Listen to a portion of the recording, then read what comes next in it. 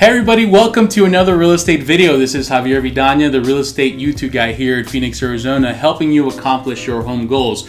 And today I have a special video for you guys. So a lot of you, and including my clients, have been sending me videos of these people preaching that you can pay off your home loan in 7 years. I did some research and I couldn't really figure out exactly how they're doing it. So I'm sitting here today with Lizzie Hofer, one of the top lenders of the country, I will say, who does hundreds and hundreds of loans yearly, to have her help us explain what they're trying to do and if it's even worth doing that. So Lizzie, thank you for coming here today. You got it. Thank you so much for having me on this awesome show. You guys already know what a rock star this guy is. Oh, please.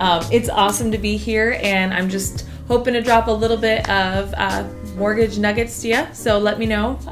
Let's get started. The benefits of having a loan is that you can leverage borrowed money to purchase an asset, and in real estate it's the only asset that you can ever purchase where it's like leveraged higher with financed money versus your actual investment.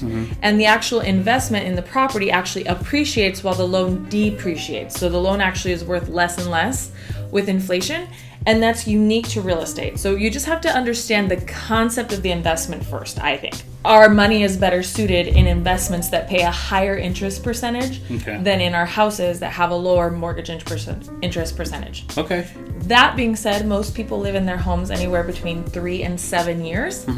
So the idea of paying off your mortgage too doesn't really have a gigantic benefit because most people will then reincur that debt.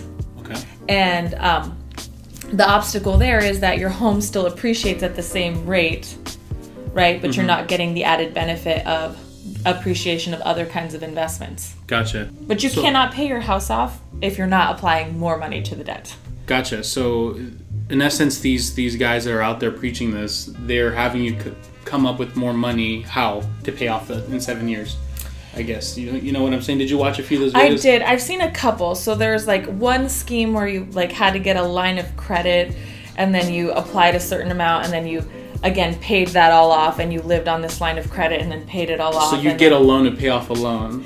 Well, it's essentially like you're using the line of credit and charging it all and then paying it off every month.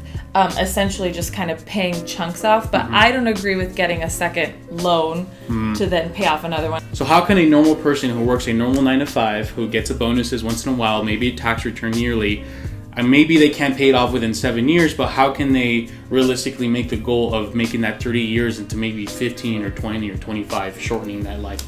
So a lot of it really comes down to an amortization schedule. Gotcha. So you can call the servicing department of whoever has your home loan and typically tell them that you're interested in doing what's called a principal reduction. And a principal reduction is a payment that's applied directly to the loan balance versus future payments. It's really important to distinguish the two because a lot of people will put a big chunk towards their mortgage, think it's going towards principal, but it's just going to future payments, and that's not the same thing. So you talk to servicing and you say, hey, I would like to pay my home off in X. Can you run an amortization schedule and tell me how much I would need to pay in order to get my house paid off in X years? You can also call the loan officer who helped you do your loan. I know if you're a past client of mine, I would be happy to help you with that. But yeah, that's how you would figure that out. And so already what's another way people can do to knock off some years? I think so. You said something about a biweekly payment. Can you explain that? Yep. Biweekly payments are really, really popular. It just means that you're applying one additional mortgage payment per year. So you pay it 26 times a year versus 12 times a year. And so what happens is you pay half a mortgage payment, half a mortgage payment, half a mortgage. It just equates to one additional mortgage payment. Okay, I've heard a rumor as well that people, if they have an extra money, like let's just say they get a bonus or they get a tax return, they could apply, let's just say, an extra payment or two. Should they be applying that towards the principal, or should they be applying that towards the interest, and is that going to help them in the overall life of the loan? Or should they just keep that money in a savings for a rainy day? It depends on your actual life, right? So if this is your forever home, you're not going to move, 20 plus years, into the house, you can apply it. Well, and assuming that you don't have any other higher interest debt, right? So like student loans, high credit cards. I'm one that drives my car until it literally dies. So I don't like a car payment. But if you have higher interest debt, I would focus on that first before I would pay down a mortgage. House. So because the house is working for you, it's getting you money. It's appreciating, yes. Gotcha. And the loan on it, because it's for so long, will just depreciate over time. Okay. Just the same way that like when our parents were younger, a $60,000 mortgage was a gigantic mortgage. Yeah, of course. Right now, $60,000, you're like, wait, can I get a condo? Shack, maybe. Everything is dependent on people's lifestyle. Gotcha, so of course, it's really hard because I don't like to preach one whole thing to every single person. Yeah. I just like to say that you should be evaluating your life in terms of like 70% should be expenses, like how you live. That should include your getting your hair done, your, you know, outings with friends, shopping, etc. And then 20% should always go, I believe, into debt reduction. Gotcha. And 10% should go into savings. Now, once all of the high interest, like installment debt and credit card debt is paid off, I like to think that you should then have 30% go into savings. Gotcha. And things that will outperform a mortgage interest rate. Let me ask you this, Lizzie, because I know I'm pretty cynical guy, and I know there's a lot of people online that are cynical. They're going to say, well, of course you're saying not to pay off your mortgage. You're a lender that does hundreds of loans, and I'm an agent who sells houses for a living. What are some actual facts that you can maybe say that you've done yourself where these people can just say, look behind the fact that you're a lender and know that you're telling them the honest truth? So, I mean, for me personally, I have used and leveraged real estate investments to get where I'm at. So I've never actually paid off any property. You can go to any financial advisor and you can do a lot of research on this on your own. But essentially, I'm not telling you that paying it off is the wrong idea. I'm just saying you have to evaluate where your personal finances are. Yeah. And when you do that, then you can make an educated decision on, does this make sense for me?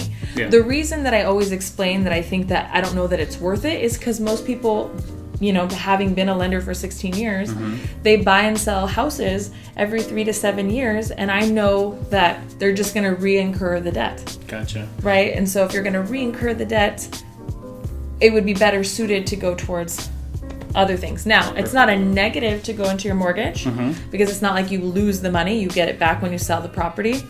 And if you're not a great saver, a mortgage is a great forced savings account.